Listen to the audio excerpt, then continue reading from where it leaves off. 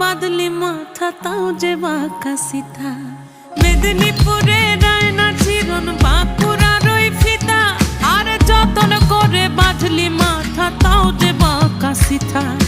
পেছ পাড়িয়া রাজগো